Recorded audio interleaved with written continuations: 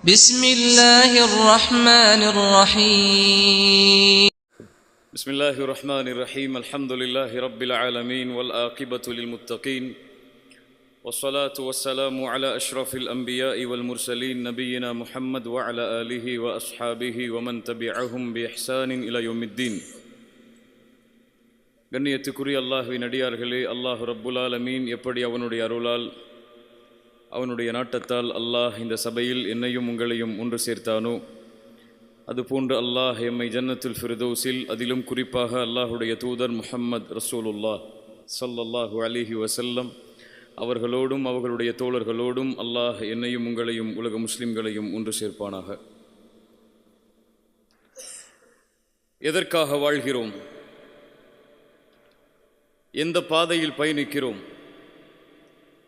எதை நோக்கி நம்முடைய வாழ்க்கை சென்று கொண்டிருக்கிறது? எங்கு எம் வாழ்வு முடியும்? மீண்டும் எம் வாழ்வு எங்கு தொடங்கும்? இப்படி எந்த கேள்விகளுக்கும் பதில் தெரியாமல் எம்முடைய பலரின் வாழ்க்கை சென்று கொண்டிருப்பதை பார்க்கும்போது இன்னா லில்லாஹி வ இன்னா இலைஹி ராஜிஊன். அல்லாஹ் ரப்புல் ஆலமீன் எம்மை படைத்தான், எமக்கு உணவளிக்கிறான், எம்மை பாதுகாக்கிறான், எம்மை அரவணைக்கிறான், கல்வியை கொடுத்தான், செல்வத்தை கொடுத்தான், குடும்பத்தை கொடுத்தான், உறவுகளை கொடுத்தான், பாதுகாப்பை கொடுத்தான், கண்ணியத்தை கொடுத்தான். இவையெல்லாம் வீணா? அஃபஹஸிபுதும் அன்னமா ஹலக்னாகும் அபஸா, உங்களை அல்லாஹ் வீணாக படைத்து விட்டான், நோக்கமில்லாமல் படைத்து விட்டான், குறிக்கோள் இல்லாமல் படைத்து விட்டான் என்று எண்ணிக்கொண்டிருக்கிறீர்களா? வ அன்னக்கும் இலைனா லா துர்ஜஊன், நீங்கள் என்னிடத்திலே மீண்டும் கொண்டு வரப்பட மாட்டீர்களா என்று குர்ஆன் கேட்கிறது. உங்களை இறைவன் ஒரு நோக்கத்தோடு படைத்திருக்கிறான். வாழ்ந்து உண்டு கழித்து மரணிப்பதற்கு அல்ல இந்த வாழ்க்கை. இப்போது ஒரு கல்லூரியிலே படிப்பீர்கள். இன்னும் 2 வருடத்தில் 4 வருடத்தில் ஒரு நிறுவனத்தில் வேலை செய்வீர்கள். அடுத்த 4 வருடத்தில் ஒரு திருமணம் செய்து ஒரு குழந்தையை பெறுப்பீர்கள். அதற்கு பிறகு உங்களுக்கென்று ஒரு வீடு, அதற்கு பிறகு உங்களுக்கென்று ஒரு வாழ்க்கை, உங்களுக்கென்று ஒரு குடும்பம். அதற்கு பிறகு உங்களுடைய வாழ்வு முதுமையை தள்ளும், நோய் படுக்கையில் படுப்பீர்கள். அதற்கு பிறகு மரணம். இப்படி ஒரு வாழ்வை வாழ்வதற்கா அல்லாஹ் எம்மை படைத்தான்? இப்படி ஒரு வாழ்வை வாழ்வதற்கா அல்லாஹ் எம்மை லா இலாஹ இல்லல்லாஹ் என்ற கலிமாவோடு அல்லாஹ் ரப்புல் ஆலமீன் பிறக்கக்கூடிய வாய்ப்பை கொடுத்தான்? கால்நடைகள் வாழ்கிறது நோக்கம் இல்லாமல், குறிக்கோள் இல்லாமல், லட்சியம் இல்லாமல். அல்லாஹ் சொல்கிறான், யத்தமத்தஊன் வ யஅகுலூன் கமா தஅகுலுல் அன்ஆம், உண்ணுகிறார்கள், சுகம் அனுபவிக்கிறார்கள் கால்நடைகளைப் போல.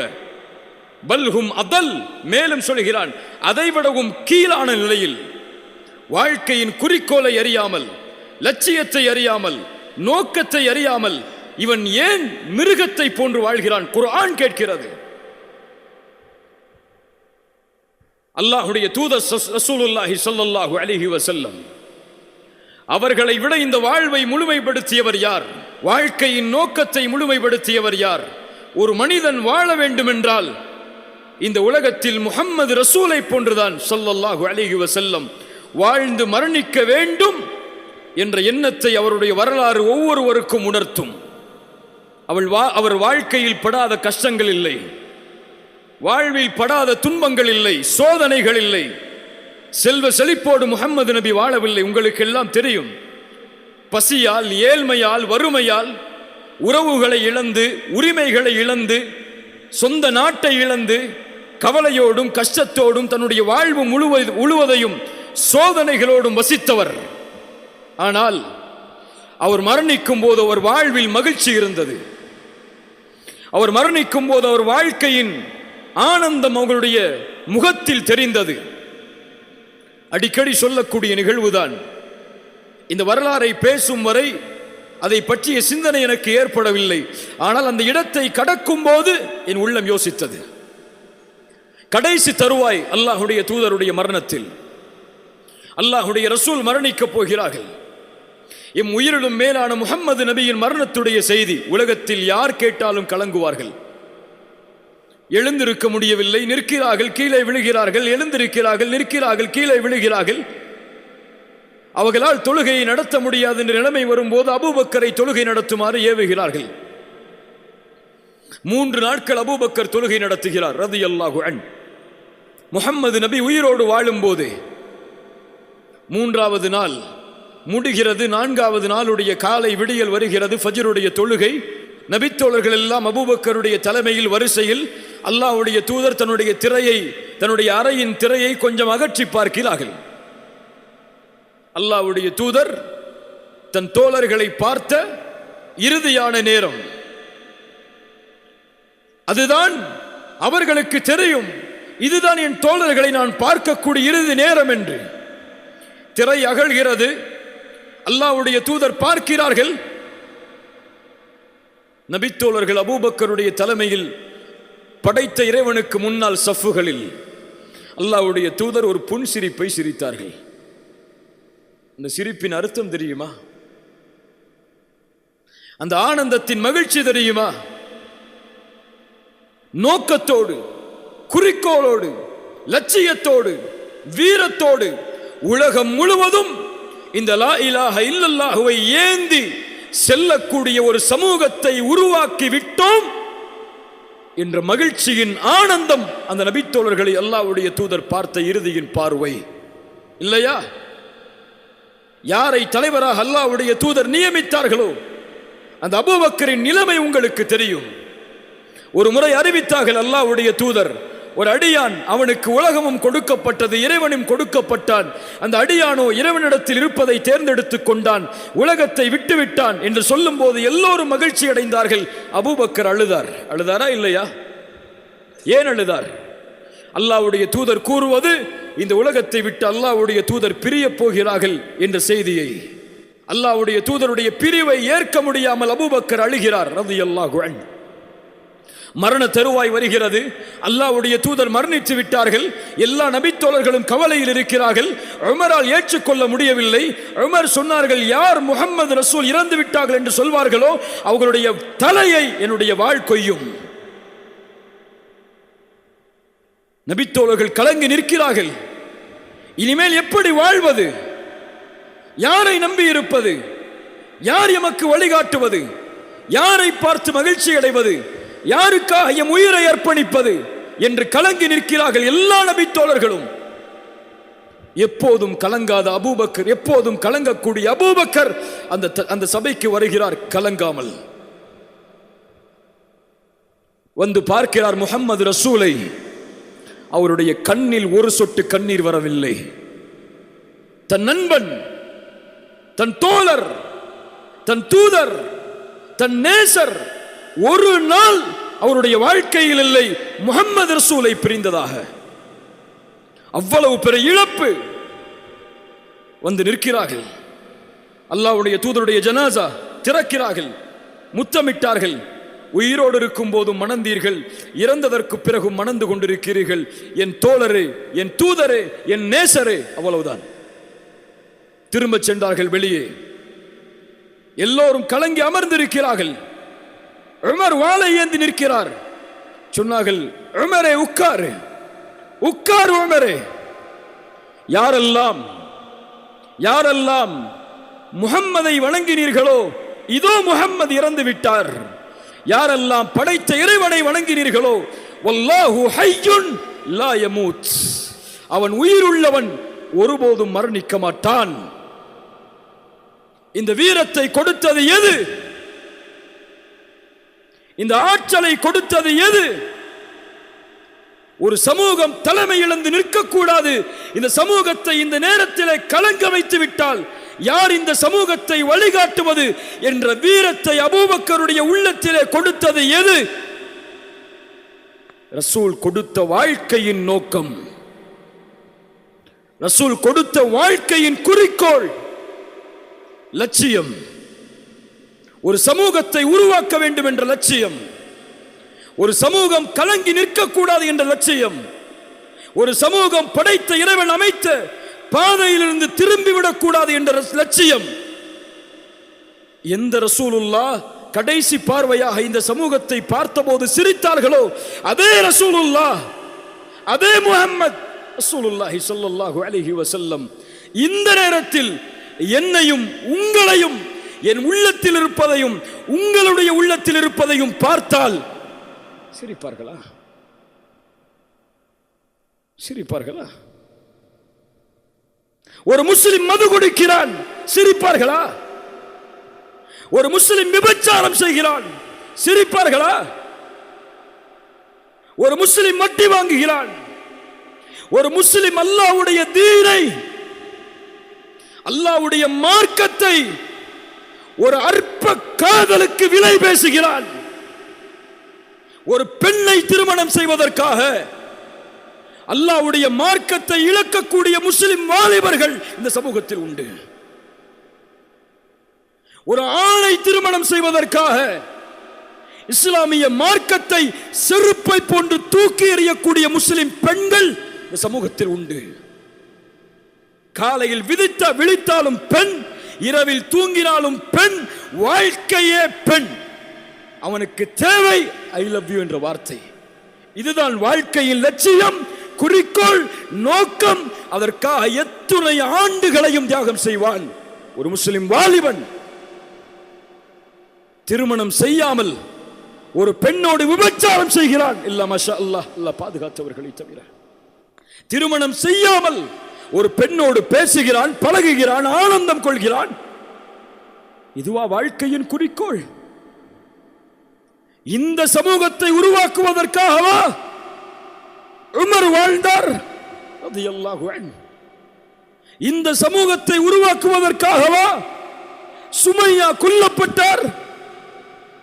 இந்த சமூகத்தை உருவாக்குவதற்காகவா தன் செல்வத்தை இழந்து, கண்ணியத்தை இழந்து, ஒரே ஒரு ஆடையோடு, கஃபன் துணிக்கு கூட வழி இல்லாமல் முஸ்அப் இப்னு உமைர் இழந்தார்? இந்த சமூகத்தை உருவாக்குவதற்காகவா ஹம்சா ரசூலின் சாட்சா ஈரக்குலை கடித்து துப்பப்பட்டு ஷஹீதானார்? இவர்களுடைய தியாகங்கள் எல்லாம் எதற்கு? ஆனால் எமக்கு ஃபஜ்ருடைய தொழுகையின் தூக்கத்தை கூட தியாகம் செய்ய முடியாது. எதற்காக வாழ்கிறோம்? எதை நோக்கி செல்கிறோம்? உலகத்தில் முஸ்லிம் சமூகம் படுகின்ற கஷ்டங்கள், இன்னல்கள், துன்பங்கள், இதையெல்லாம் அறிந்தும் எம் வாழ்க்கை சினிமா தியேட்டர்களில், எம் காதுகளில் இசை கலாச்சாரங்கள், எம் உள்ளத்தின் நேசர்கள் செல்வத்திற்காக, காசுக்காக தன் உடலையும் விற்கக்கூடிய நடிகைகள். இதுவா வாழ்க்கை? இதையா சம்பாதிப்பதற்காகவா இறைவன் நம்மை படைத்தான், இந்த வாழ்க்கையை கொடுத்தான்? சமூகம் வீழ்கிறது, அழுகிறது, சிரமப்படுகிறது. ஆனால் எம்மால் முடியும் ஃபேஸ்புக்ல ஸ்டேட்டஸ் போட, அவ்வளவுதான். உலக நாடுகளில் முஸ்லிம் குழந்தைகள் அழுகிறார்களா? 2 நாள் ஸ்டேட்டஸ் போட முடியும், 3 நாள் ஸ்டேட்டஸ் போட முடியும். மியான்மர் 3 நாள் பேசுவோம், சிரியா 3 நாள் பேசுவோம், பலஸ்தீன் 3 நாள் பேசுவோம், இலங்கை 3 நாள் பேசுவோம். 4வது நாள் ஃபர்ஸ்ட் ஷோக்கு டிக்கெட் எடுத்து நிற்போம்.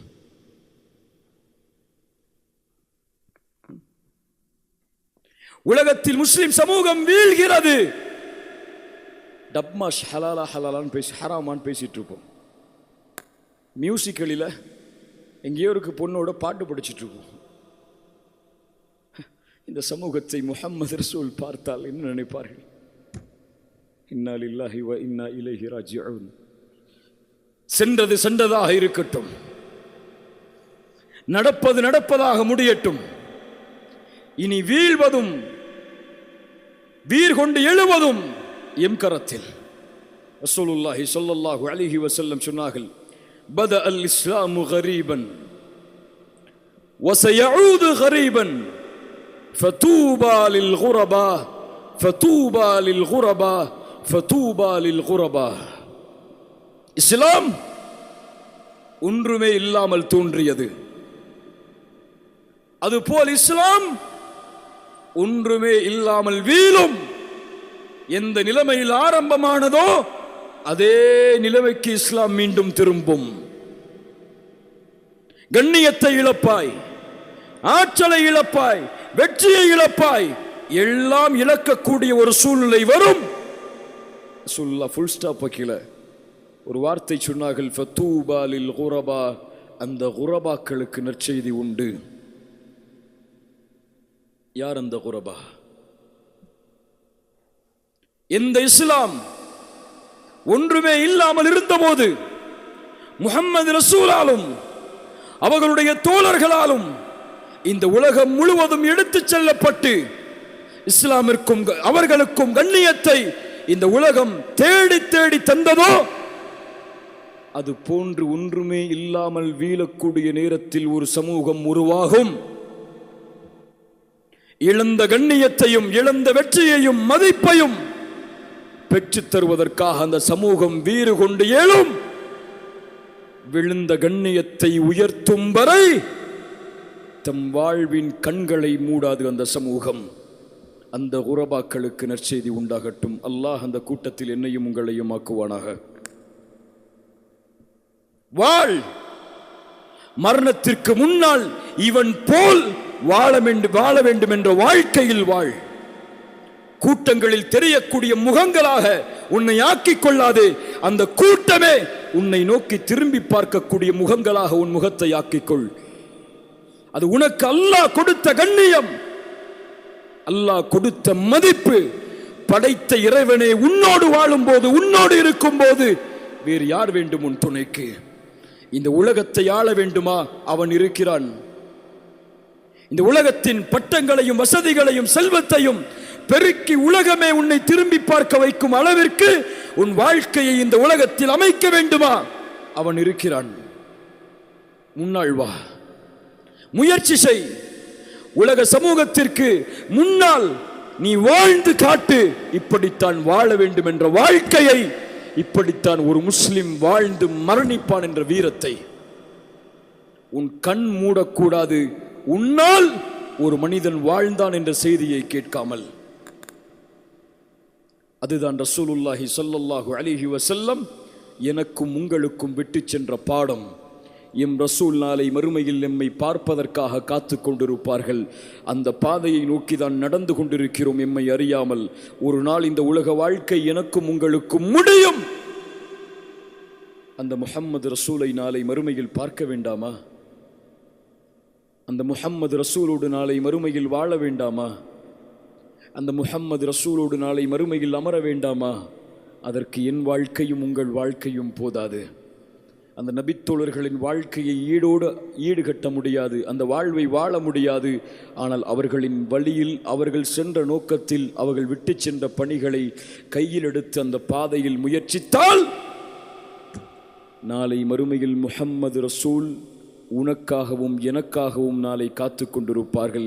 உன் பெயரை, என் பெயரை நாளை மறுமையில் அறிவிப்பார்கள் முஹம்மது ரசூலிடத்திலே. இதோ உன் சமூகத்தில் ஒருவன் வாழ்ந்தான், உன் சமூகம் வெற்றி பெற வேண்டும் என்பதற்காக என்ற அறிவிப்பை கொடுத்து உன்னை அறிமுகப்படுத்துவார்கள். முஹம்மது ரசூலுல்லாஹ் ஸல்லல்லாஹு அலைஹி வஸல்லம் இன்ஷா அல்லாஹ் எம்மை கட்டி அணைப்பார்கள். அதைவிட உலகத்தில் வேறு எந்த இன்பத்தை நோக்கி செல்கிறாய்? வாழ்க்கை இது, ஒரு அற்பமான வாழ்க்கை இது. ஆனால் மரணிக்கும் போது, எம் உயிர் இந்த உலகத்தை விட்டு பிரியும் போது, எல்லா பொறுப்புகளையும் நிறைவேற்றி இந்த உலகத்தில் எம்மக்காக வாழக்கூடிய, எம் நோக்கத்தை கடைபிடிக்கக்கூடிய, எம் செய்திகளை தாங்கி நிற்கக்கூடிய இப்படி ஒருவன் வாழ்ந்தான் என்ற வார்த்தையை உலகம் எமக்கு பின்னால் சொல்லக்கூடிய அளவிற்கு வாழ்க்கையை உருவாக்கிவிட்டோம். என் படைத்த இறைவனின் திருப்தியோடு அவனை சந்திக்கப் போகிறேன் என்று கண்களை மூடாமல் இந்த உலகத்தில் இருந்து உன் உயிரை எடுத்துவிட அனுமதி கொடுத்து விடாதே. அது வாழ்க்கை, ஒரு வீரனின் வாழ்க்கை, வெற்றியின் வாழ்க்கை, குறிக்கோளுடைய வாழ்க்கை, லட்சியத்தின் வாழ்க்கை. அவர்கள் வெற்றியடைவார்கள். அல்லாஹ் அந்த கூட்டத்தில் என்னையும் உங்களையும் ஆக்குவானாக. அல்லாஹ் எம் பாவங்களை மன்னித்து அல்லாஹ் ரப்புல் ஆலமீன் எம்முடைய செயல்பாடுகளை அங்கீகரிப்பானாக. அல்லாஹ் எப்படி இந்த சபையில் என்னையும் உங்களையும் ஒன்று சேர்த்தானோ அதுபோன்று அல்லாஹ் எம்மை ஜன்னத்துல் ஃபிர்தௌஸில் அதிலும் குறிப்பாக அல்லாஹுடைய தூதர் முஹம்மது ரசூலுல்லாஹ் ஸல்லல்லாஹு அலைஹி வஸல்லம் அவர்களோடும் அவர்களுடைய தோழர்களோடும் அல்லாஹ் என்னையும் உங்களையும் ஒன்று சேர்ப்பானாக. அகூலு கௌலி ஹாதா அஸ்தக்ஃபிருல்லாஹ் லீ வலக்கும்.